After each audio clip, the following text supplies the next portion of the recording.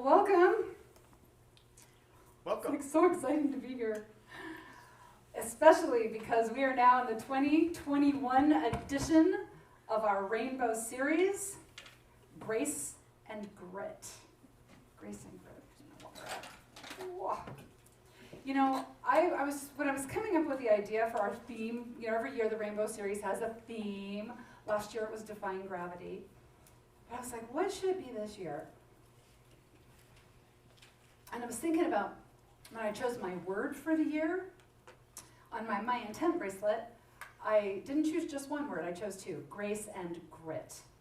Because last year at this time, on a Sunday here at Unity, we were in the Rainbow Series, and we were looking ahead to a year we were imagining would turn out differently. Like we had different plans. And then all of a sudden there was just this unexpected turn of events. And even now, almost a year later for us, we're still sitting in the middle of uncertainty. There's still uncertainty before us. And so I thought, I love the idea of grace and grit because when we can embody it, it clears the way. And when I say it clears the way, like God clears the way, it's not like everything is just removed, but it's we receive solutions. And we know how to move through the next thing. I thought maybe somebody was rolling a trash can down the driveway. It's clearing the way. Clearing the way. I'm like, yeah, they were clearing the way. But yeah, to clear the way, it's when God is moving through us and we get the solutions. And do we go over that obstacle or that challenge, right? Not obstacles, challenges. Do we go over it or around it? But that's how we clear the way. So grace and grit. There really aren't words that can explain the experience of grace. Grace is something that we experience. But traditionally it is the miracle, it's divine intervention, it's answered prayer. In New Thought, it is the demonstration of God in our lives. It's the movement. Your batteries are going dead. My batteries are going dead. Okay. What kind of? You mean on your mic? Is it a double A or? I think I use triple A's. Could you come here? Could you come up here? Is there like a place? Whoop. Okay. We're just switch out real quick. Okay. Grab the batteries out of there. Are they triples? I will tell you in a second.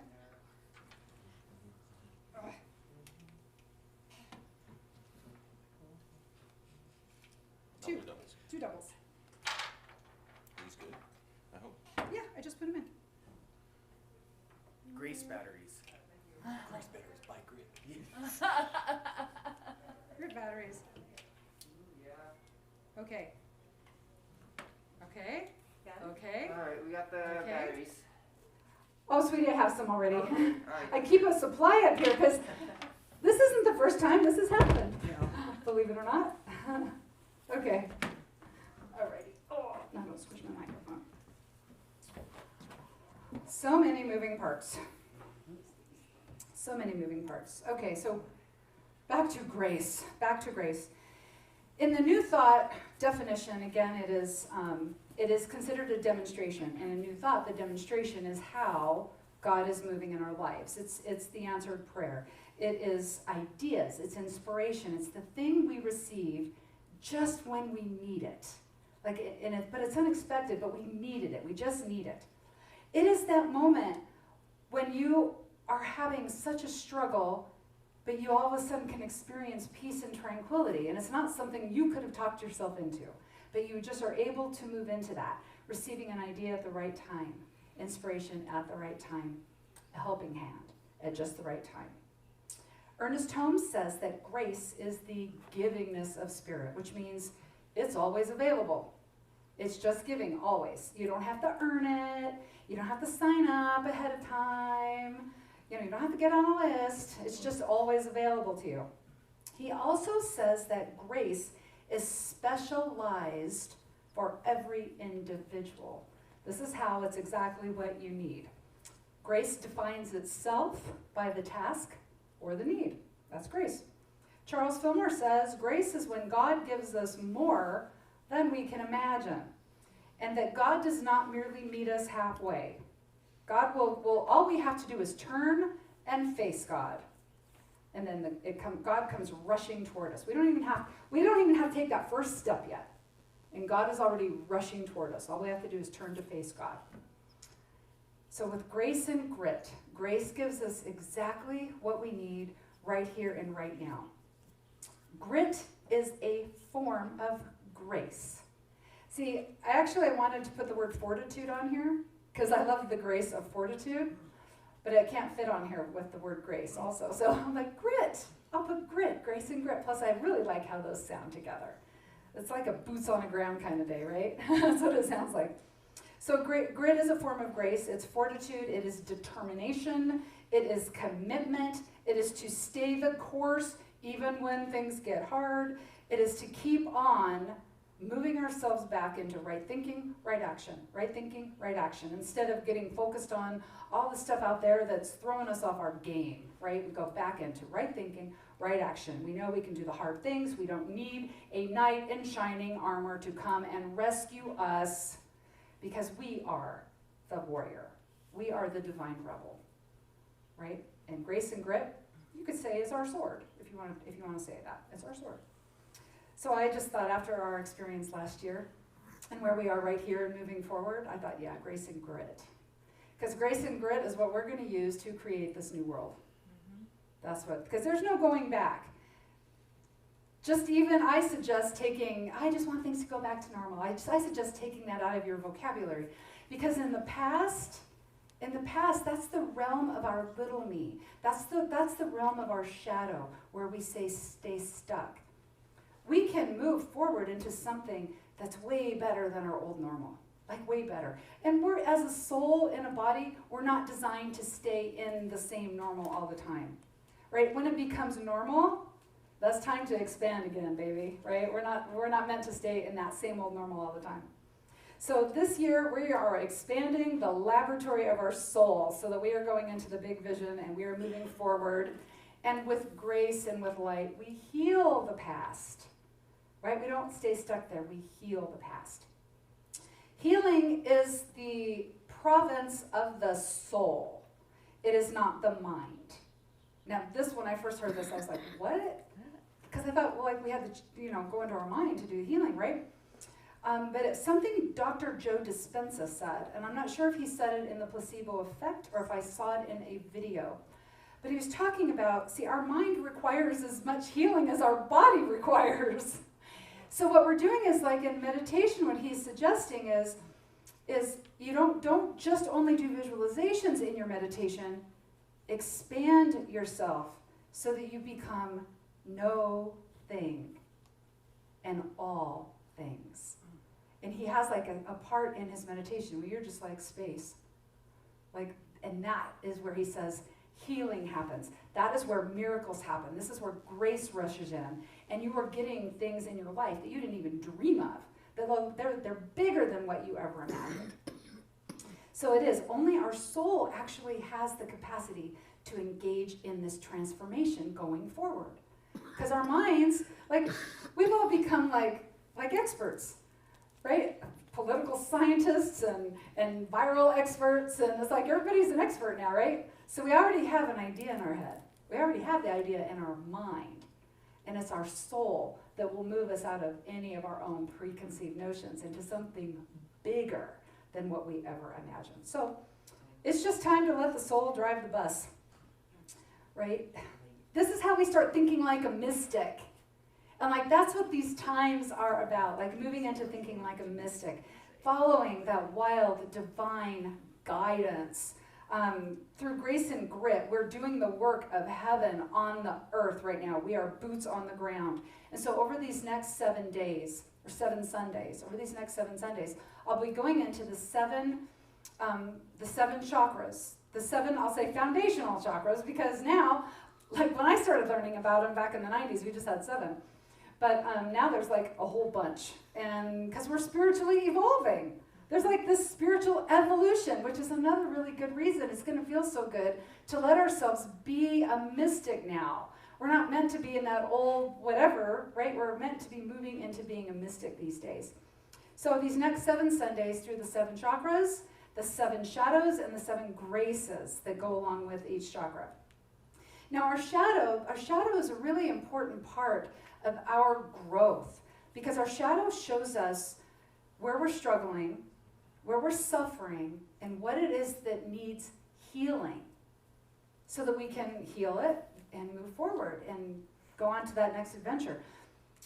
We don't go into the shadow and stay stuck there. It can be tempting to do that, especially when we're faced with uncertainty and we're faced with these challenges. But we are grace generators. We're not meant to be designing a life from our shadow. We're meant to be designing a life from our soul. So we heal and release the pain and the trauma, but we don't stay back there. That's how we become a soul with stamina. All right, so the first shadow connected with the root chakra. That's why we all wore red today for root. Or most, I know. You didn't get the email. But that's okay. Or you can just wear any color you want. It's all good here. But in the root chakra, when it's functioning wonderfully, our power there would be pride. But good pride, dignity, and self-respect. With this kind of good pride, it goes directly to our sense of purpose in this life, our identity. We feel like we fit in and we're doing the right thing. We're happy with how we get to be of service in the world, and we feel honored being of service in the way that we are of service. But when we move into the shadow of the root chakra, and in this shadow it happens through an experience of childhood. Somewhere in childhood, usually, we experience the pain of humiliation first. It's like the first time we ever feel ashamed of something. Now, in the shadow, this pride turns into hubris, which is excessive arrogance, superiority, and defiance. So, as you're thinking about people, like when I was writing this out, I was like, oh, who are all the people I know who are really arrogant and they're in their shadow? I was just ticking them off in my head, right? It's like, oh, wait. that. Being in the shadow is a sign of healing. We need to be healed, right? There's something there. There's a trauma that needs to be healed. So that's what anyone in the shadow, at some point in their life, likely early childhood, they were humiliated and shamed over something.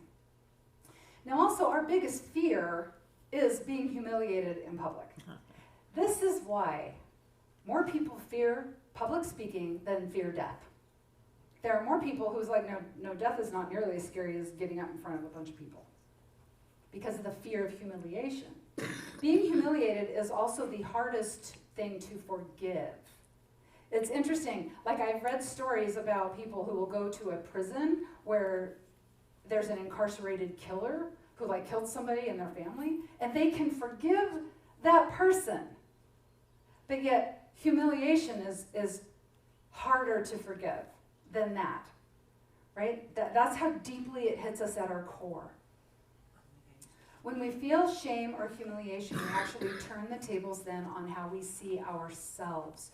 We lose our dignity and our self-respect. We don't trust our abilities anymore. We lose reverence for the gift of our own life, and we don't have faith in ourselves. We can't see our life as holy. And then the fear of humiliation becomes a guiding principle. And so we start having more faith in somebody out there. It's like, well, what do you think I should do? Because I sure want to embarrass myself now, right? So we have faith in people outside of ourselves rather than faith within. And so then all of our choices become, well, I have to make sure everybody approves of what I'm about to do so I don't have to feel ashamed or I don't have to worry about being a failure. That's really tough, having more faith in what people think of us than we have faith in ourselves. That starts building resentment then too. When we are in our shadow, how this might show up in our life. My group's better than your group, right? How you eat, vote, pray, parent is kind of crazy. How I eat, vote, pray, parent, that's the right way. Defiance. Defiance is a way that it shows up. And we see this happen naturally in children as they are growing. It does not necessarily mean they are in their shadow. But when adult is like, no, I don't need you to tell me how to do that. I can do it just fine. Just go sit down. That could be defiance. Defiance is protecting us from letting that person discover that maybe we don't know what we're doing. Then we have to be embarrassed because we got to know more, right? If we're in this shadow, we need people to believe that we are really smart and we're like the best at what we do. And so if we were to ask for help, that would imply that we didn't know something. And then they could think we don't have our life all together. It's crazy, like where we go when we're in our shadow. Like we exaggerate. We can really exaggerate things and blow things out of proportion. And it causes a lot of pain. And that just leads to more struggling. So that's what arrogance, defiance, and superiority, they are covering up a belief that we're not good enough. That's really that. Just not good enough. So this is where the grace of this first chakra comes into play for us, the reverence. The grace of reverence. Carolyn May says, reverence is the grace that enables us to see that all of life is an interconnected field of cosmic activity that has its origins and endings in divine consciousness. So the shadow of grace, the shadow of arrogance and the grace of reverence, they both relate to our tribal consciousness. But in the shadow, we feel disconnected from everybody and we feel separate. But in reverence, in the grace, we feel connected to everybody. We feel oneness. We feel that truth of all is one. All are one. God is all things, and that means me. We can feel that. We can also really feel that all of life is a holy package, right? Our body is a holy package. Our life, our relationships, everything is within this holy package, and it's all good. There is actually some science to back this up, too. And I first learned about it through Greg Braden's book, Fractal Time. He talks about it on page 193, if you care. But in Fractal Time, he's talking about this environmental agency that monitors the Earth's magnetic field. Right? We have this beautiful magnetic field around our planet, and it fluctuates. And sometimes when solar flares hit it, we get aurora borealis and all the northern lights and all that beauty. But that's the interaction of the solar flare with our magnetic field. Well, this scientific agency, or this environmental agency, in the year 2001, they were going back over some previous readings, and they noticed the biggest spike they'd ever seen. The biggest.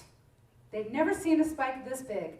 It happened on September 11, 2001, 15 minutes after the first plane hit the Twin Towers. We globally experienced heartache. And that is how much we globally, together, when a lot of the planet, I don't know how many people on the planet knew what was going on, but that's a lot of people to show that kind of data. Right? We did that. All of us together, we influence the magnetic field of the planet. Because of the spiritual truth, all are one. All are one is also a master law. There are universal laws, there are spiritual laws. But the master law, the guiding law, above all other laws, is all are one. Now, when we start seeing ourselves as separate, what happens is it's me versus the world. I have to protect myself. They won't understand me. We're different, and so they'll think I'm wrong. I could have my heart broken. I could fail. And then what if I'm not accepted by my tribe? What if my tribe figures out I'm a big fraud? Right? That's like my big one right there. Right? When are they going to figure out that I'm up here and I don't know what I'm doing? Okay? Like some days. But see, that's when we start buying into that separation. Because it's easy, if you think about it, it's easy to think we're separate. Because here, right there's where I end. And then there's Linda go like this. Then there's where Linda begins. We are obviously two different people here. We're obviously like many different people here. Like this is a good group here today. Like I'm so happy you guys are here. But we're not actually separate. We're not separate. We have our heart's magnetic field. It's out. And then we've got like whatever else fields and energy that we are. And we're all mixing together here, babies. Like we're in an ocean. We're in an ocean of what? I'm going to need a cigarette later. Oh.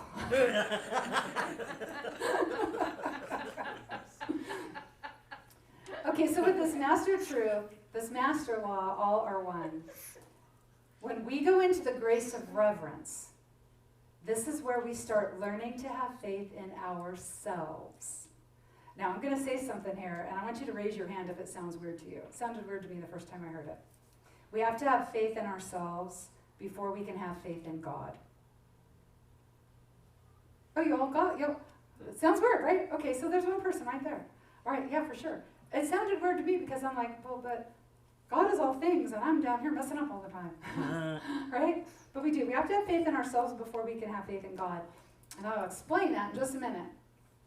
But, right now in our society, and this has been going on longer than just this last year, overall society is not supporting having faith in something. It's not supporting having faith in.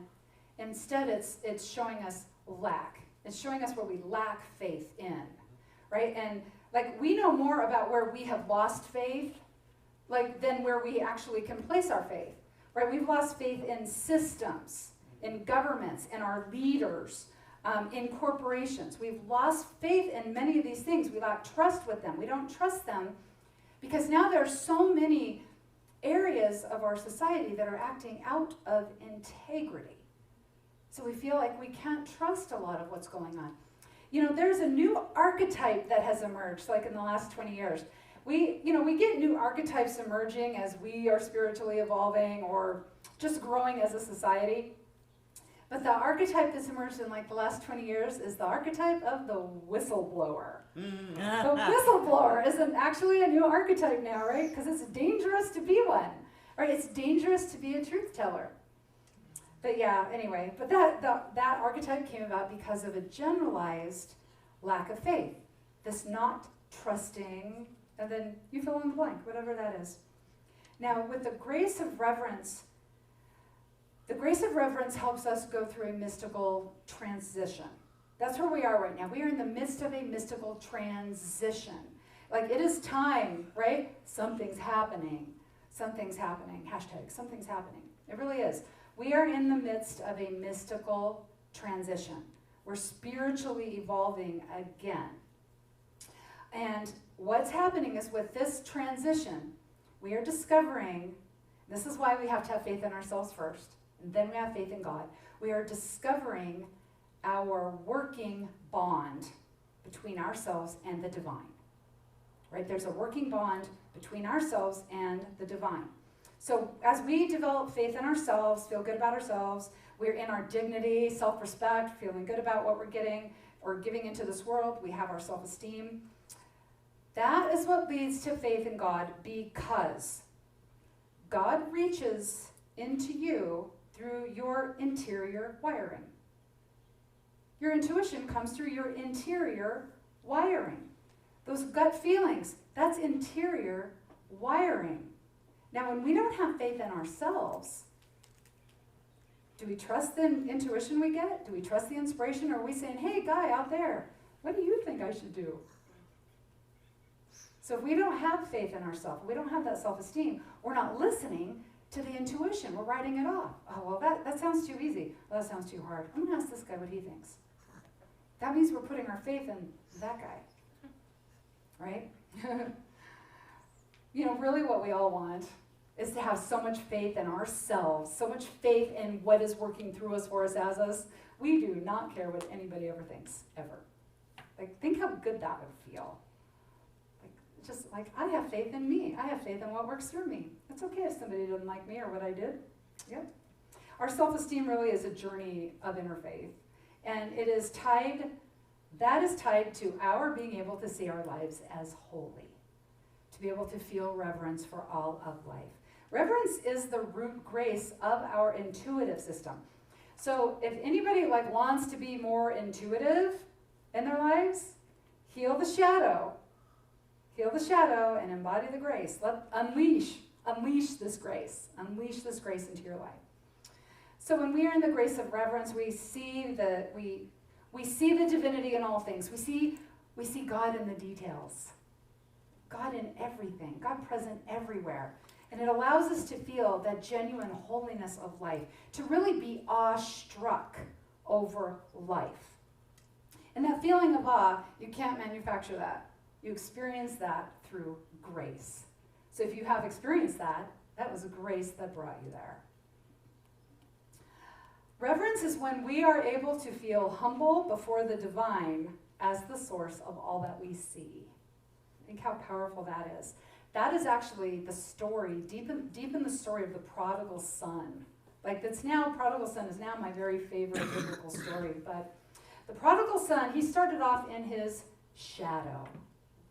The root shadow, arrogance and defiance. He told his dad, I can do better than you. Give me my inheritance. I'm going to go do my own thing. Because I'm a lot smarter than you give me credit for, Dad. I can do this. Never mind that you've got this great giant farm and tons of servants and you're really wealthy and, I'm sure I could do better. So he does. He takes his money. He goes off to the far country. He has a really good time. But then he spends all his money. Now the friends he gathered along the way, they're like, well, you don't have any money, so you're not any fun anymore. So he went from being arrogant and defiant now to being humiliated. He found himself feeding pigs. That was a job. He had to get a job because he was so hungry. He realizes the pigs are eating better than he is, and his clothes are all tattered. So he is in humiliation. But then that allows him to move into like a realization. The realization, Maybe my dad knows a thing or two. I know for sure, back at where my dad is, his servants, they're dressed well. They have full bellies. They have a roof over their head. Okay, this realization, he's realizing he's being humble now. Now he's being humble before the source that provided so much for him. He decided he's going to go home and beg his father to forgive him. If his father cannot take him back as his son, he'd be willing to be a servant.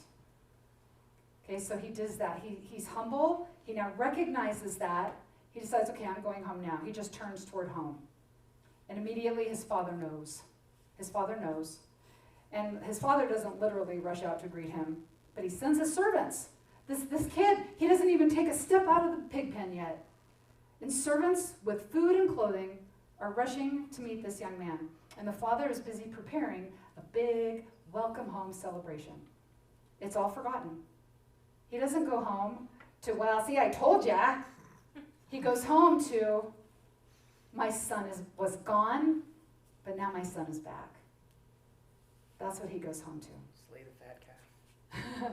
That is to be in realization, in reverence for the humbleness of this power. This humbleness for this power that has made everything that is around us.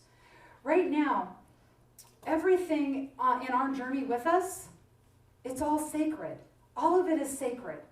And when we are in reverence, we can see that. And it doesn't matter, like if this person over here eats, votes, prays, parents differently than we do. It's okay, because we're all on this journey together. And we're not busy looking at what's right, what's wrong, what's good, what's bad.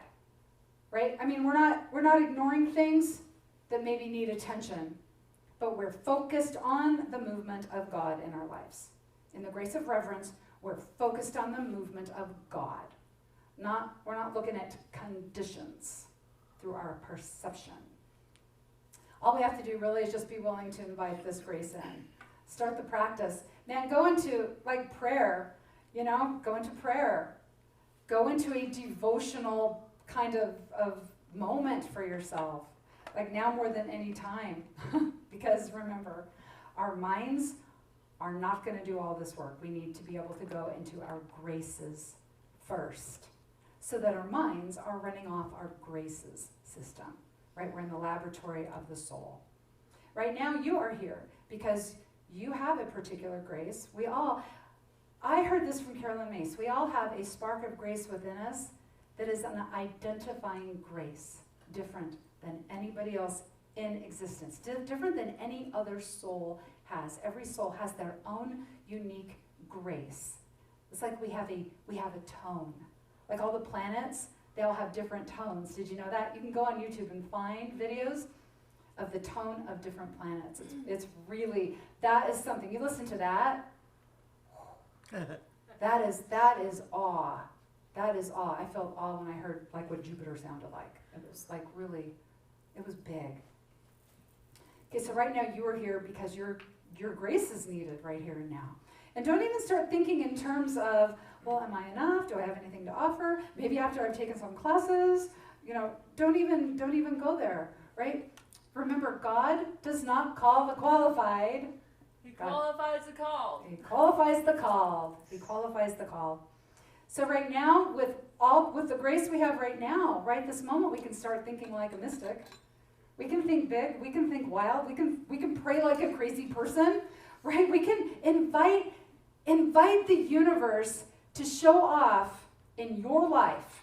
Invite God to move through you and show off in your life so other people can see what is possible. Be the example. Be the example. Let the graces do their work, because this is how we create heaven on earth. So remember, you are the activity of God in this world. You are the heart and hands of spirit walking around in a body right here and now. You are a soul designed for growth and goodness. You are designed to do all of this. There's not one single thing that you heard here today or that you've been inspired by that you're not designed to do.